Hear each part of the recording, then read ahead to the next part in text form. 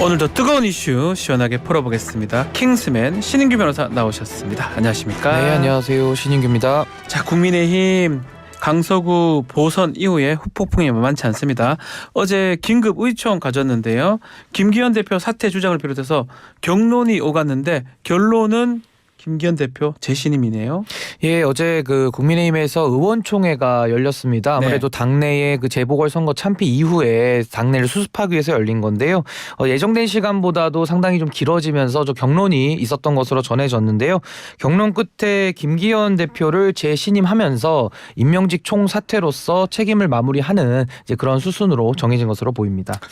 자, 긴급 의총 자리에서도 중진들이 잇따라 물러나라라고 메시지를 냈다고 하는데, 자, 김기현 대표는 총선에서 지면 정계 은퇴로 책임지겠다 이렇게 밝혔다고 합니다. 사실상 총선 승리 또 정치 생명에 대해서 배수의 진을 쳤다 이렇게 봐야 되겠죠. 어제 의원총회에서는 또 소수의 의원이긴 합니다만은 상당히 강한 어조로 김기현 대표에게 책임을 지라라고 요구했던 분들이 많이 있었는데요. 이에 대해서 김기현 대표는 사실상 이제 총선에서 지면 정계 은퇴할 각오로 책임지겠다 또 이랬기 때문에 각오로? 이것이 총선 패배에서 정계 은퇴로 이어지는 것인지 아니면 그러한 마음가짐을 가지고 열심히 하겠다는 것인지는 조금 해석의 차이는 조금 있겠네요. 보입니다. 각오를 갖고 한다. 각오는 항상 가질 수 있으니까요. 자, 김기현 대표 혁신이 또 총선 기획단을 조기 출범하겠다고 밝혔는데요. 이것도 김기현 대표가 직접 진두지휘를 하는 겁니까? 아직 이 부분에 대한 뭐 세부적인 내용까지는 나오지는 않았는데요. 아무래도 당의 그 통상적인 사무와 이런 선거 사무를 좀 분리해서 한번 추진해 보겠다 이런 것으로 보이고요. 아마 총선 기획단을 만들게 되면 좀 다소 좀 참신한 인물을 좀 영입해서 아무래도 당내 분위기를 좀 쇄신하려는 이런 노력으로 보여집니다. 직접 진두지휘를 한다면 이른바 좀 혁신이 가능할까요? 만약에 김기현 대표가 이제 총선 기획단을 출범시키는데 또 그걸 진두지휘하겠다고 한다면은 아무 책임을 진 것이 아니기 때문에 아마 그 부분에 대해서는 외부의 인물을 좀 다시 찾지 않을까 전 그렇게 예측을 하고 있습니다. 자, 그렇기 때문에 일부 수도권에 지역구로 둔 의원들 반발이 있었던 것 같습니다. 예, 아무래도 온도 차이가 있어서 수도권을 지역구로 둔 분들은 상당히 좀 강하게 반발을 할 수밖에 없었는데요. 윤상현 의원은 이제 인천을 지역구로 둔 분인데 비대위원회에 준하는 혁신위원회가 필요하다는 입장을 보였고요. 거의 비대위 같은 혁신이. 그렇습니다. 전권을 가지는 이제 그런 혁신위를 필요로 한다고 했고요. 그리고 김웅 의원은 이제 송파의 지역구로 둔 분인데 국민을 바꾸라는데 단결만을 얘기하고 있다. 이럴 거면 의총을 뭐하러 하냐라고 하면서 강하게 지도부를 질타했습니다. 자, 잠시 후에 최고위원회가 열립니다. 인선안 등이 발표가 될 거로 예상이 되는데 연포탕을 다시 또 꺼내들까요? 이 연포탕이 이제 연대포용 탕평이라는 그 조언인데요. 김기현 대표가 사실은 당을 하나로 묶겠다라고 말은 했지만 아무래도 윤핵관 내지는 영남과 강원 중심의 지역구에 기반을 둔 의원들이 지도부를 구성해서 왔는데 최근에도 재보궐 참패 이후에 당직의 임명직 당직자들만이 책임을 지는 이런 구도였기 때문에 아무래도 새로운 그런 당직자들을 임명직으로 구하려고 하더라도 의원들이 잘 응하지 않을 그런 가능성이 높기 때문에 아마 연포탕을 끓이기는 조금은 어렵지 않나 전 그렇게 예상을 합니다. 지금 임명직에 거론되는 인물들이 있을까요? 예, 지금 인선은 통화평과 이제 수도권 충청권을 중심으로 전진 배치될 것으로 보이는데요. 차기 정책위 의장에는 삼선의 유이동 의원, 경기 평택이고요. 그다음 사무총장에는 성일종 의원과 김도읍 의원, 이제 박대출 의원 등도 거론이 되고 있습니다. 잠시 후에 열릴 최고위원회에서 인선 발표가 될 것으로 보이니까요. 이어진 뉴스에서 자세한 소식 전해드리겠습니다. 자, 다음 소식은 의대 정원 확대 관련된 소식입니다. 자, 산 발단이 지난 12일인가요? 한 언론사 보도로 시작이 됐는데요. 정부가 의대 정원 확대를 발표할 것이고 그 규모가 500명 이상이 될 것이다 라는 내용인데 그 이후에 계속 보도가 나오면서 이슈가 되고 있어요, 이게. 예, 현재 의대 정원 확대 이슈가 지금 주목을 끌고 있는데요. 한 언론사는 500명가량 늘어날 것이라고 보도를 했고요. 또 다른 언론사는 정부가 파격적으로 1000명 이상을 늘릴 것이라고 보도를 했습니다. 1000명이요? 자, 그러면 이 의대 정원 학대 이 사안이 주목받는 이유가 뭡니까? 예, 의대 정원 학대를 두고 정부와 의료계는 18년째 줄다리기를 해오고 있는데요. 네. 2006년에 3,058명으로 동결된 의대 정원은 현재도 동일한 상황인데요. 경제협력개발기구 OECD에 따르면은 인구 1,000명당 의사 수는 한국이 2.6명으로요. 멕시코 다음으로 꼴찌로 기록되고 있습니다. 자, 18년 전과 같은 정원을 뽑고 있다는 게 개선의 필요성은 있는 것 같은데 지금까지 개선이 되지 못한 이유가 또 뭘까요? 예, 가장 최근에 문재인 정부 때 2020년이죠. 매년 400명씩 10년간 의대 정원을 4,000명을 늘리는 계획을 발표를 했는데요. 전공의들의 파업과 의대생들의 국가고시 거부 등으로 강력한 반대에 부딪히면서 진행을 못했습니다. 의료계는 근본적인 의료개혁이 없이 정원 확대만을 밀어붙이는 것에 대해서는 동의할 수 없다는 입장인데요. 더 정확히 말하자면 필수 의료 분야에 대한 수가를 올려서 의료 붕괴를 막아야 한다라는 주장입니다. 그러니까 지금 좀 적은 문제점이 있는 소아 청소년과 산부인과 외과 이런데 필수 의료 분야에서 좀 수가를 좀 올려주면 안 되겠냐 이런 입장인 것 같아요. 그래서 의료 전용 정원을 늘린다고 하더라도 대책이 없다면 이것도 사실은 다 또 성형외과나 피부과 이런 걸로 가는 거 아니냐 이런 얘기를 하는 거죠. 예, 그렇습니다. 그 의사의 숫자를 확대하자라는 거에 대해서는 공감대가 어느 정도 이루어진 건 맞는데요. 아무래도 의사의 숫자만을 단순히 기계적으로 늘리게 되면은 의료의 질이 저하가 돼서 의료 서비스를 받고 있는 국민들이 피해를 볼 가능성이 있다. 그래서 의사들의 과다 경쟁으로 의료 서비스가 남용이 될 수 있는 문제가 있다라는 것이고요. 또 하나는 이제 지역에도 의료 서비스가 좀 취약하기 때문에 의사들이 잘 내려가질 않는 문제, 그리고 인기과에만 의사들이 집중 되면서 필수 의료가 약화되는 이런 문제들도 지적이 되기 때문에 정원 확대와 함께 이런 문제들도 제도적인 보완이 필요해 보입니다. 의료계 입장에 대해서 정부와 시민단체 주장은 어떻습니까? 예, 고령화 등으로 이제 의료 인력이 필요한 분야가 점점 늘어나기 때문에 의대 정원을 늘려야 한다는 것인데요.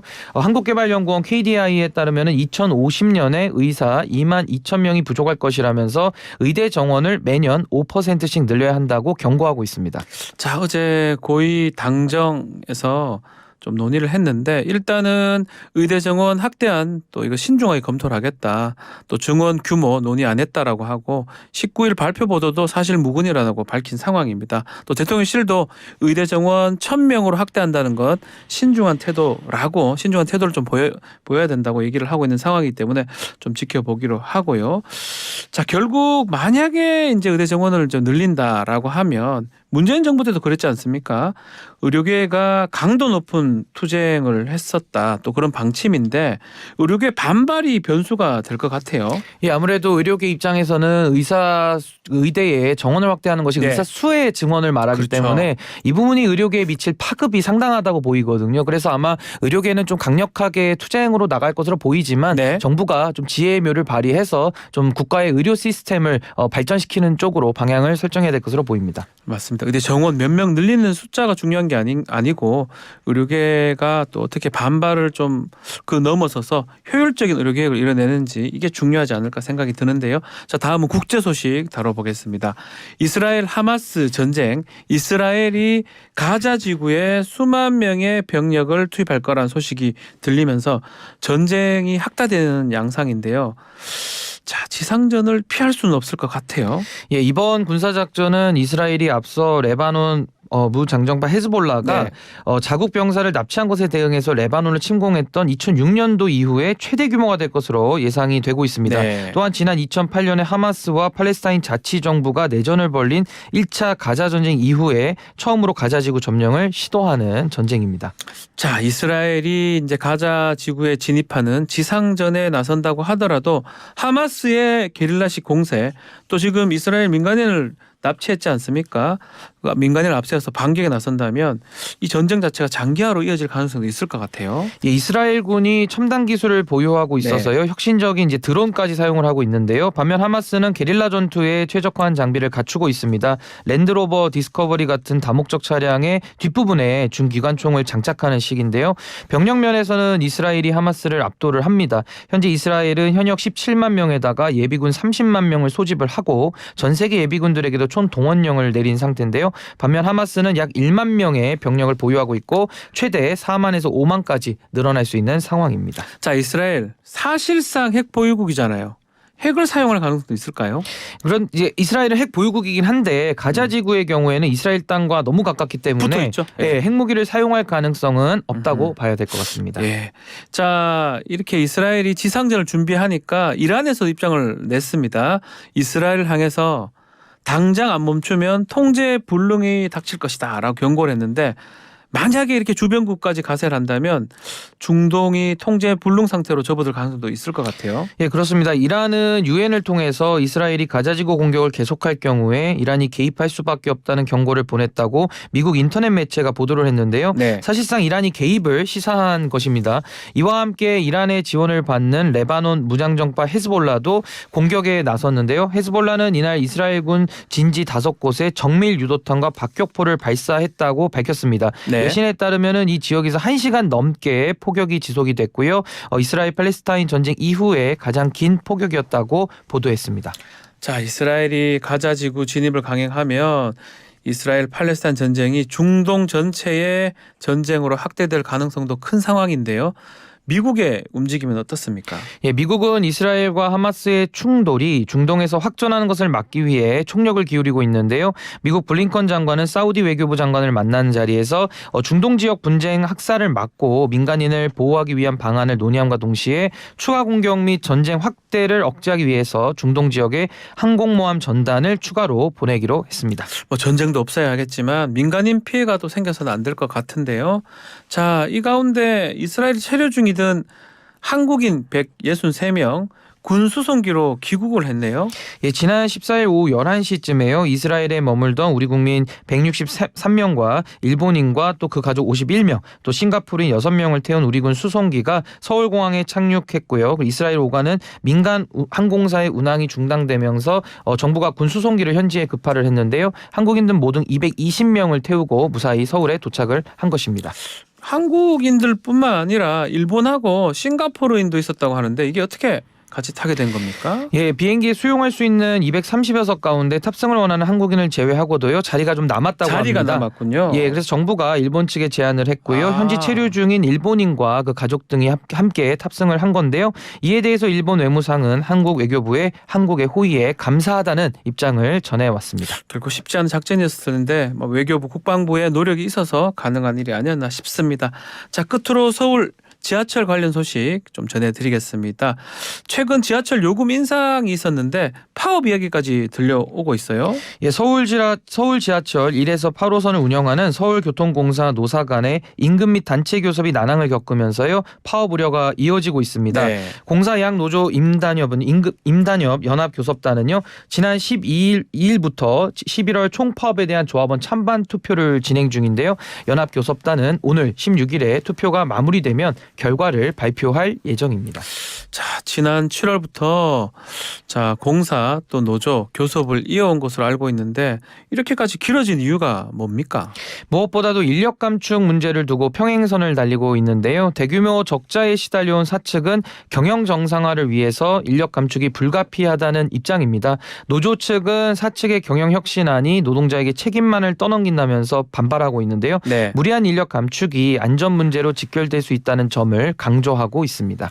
자, 1호선 또 8호선까지 모두 멈춘다면 서울이라는 도시 자체가 멈춘다고 봐도 무방할 것 같은데요.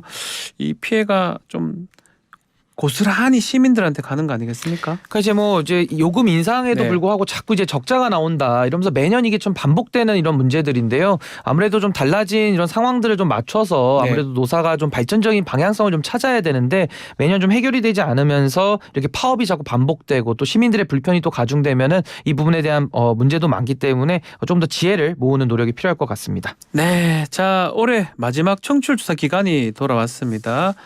자, 청취자 여러분들의 많은 참여 부탁드리면서 이번에도 커피 쿠폰 이벤트 준비를 했는데요. 자, 오늘 우리 애청자 여러분 샵 0945로 퀴즈 정답 보내주시면 추첨을 통해서 기프티콘 많이 보내드리겠습니다. 자, 오늘 퀴즈 신 변호사님 준비하셨죠? 예, 제가 오늘 좀 어려운 퀴즈를 네. 준비를 했는데요. 한번 맞춰보시면 좋을 것 같습니다. 뉴스킹 박지훈입니다의 문을 여는 코너죠. 뜨거운 이슈 시원하게 풀어내는 뉴스브리핑 코너의 이름을 맞춰주시면 됩니다. 월요일과 목요일엔 제가 출연하는데요. 이 코너의 이름은 무엇일까요?가 퀴즈의 질문이고요. 1번 킹스맨, 2번 슈퍼맨. 자, 중에 맞추시면 킹스맨, 되겠습니다. 슈퍼맨, 뭐 배트맨도 하고 했으면 좋을 것 같긴 한데 힌트가 있습니까? 글쎄요. 힌트라 그러면 뭔가 이렇게 좀 왕관을 좀 예. 상상해 보시면은 예. 하여튼 뭔가 하나가 떠오르실 것 같습니다. 슈퍼맨도 왕관을 쓰나요? 모르겠네요. 알겠습니다. 자, 정답 아시는 분들 단문 50원, 장문 100원의 정보 이용료가 드는 샵 0945로 문자를 보내주시기 바랍니다. 정답 아니어도 센스 있는 답을 주신 분들에게는 커피 쿠폰을 마구마구 보내드리겠습니다. 자, 오늘 킹스맨은 여기서 마무리를 하겠습니다. 신은기 변호사 감사합니다. 네, 감사합니다. 1부 마치겠습니다.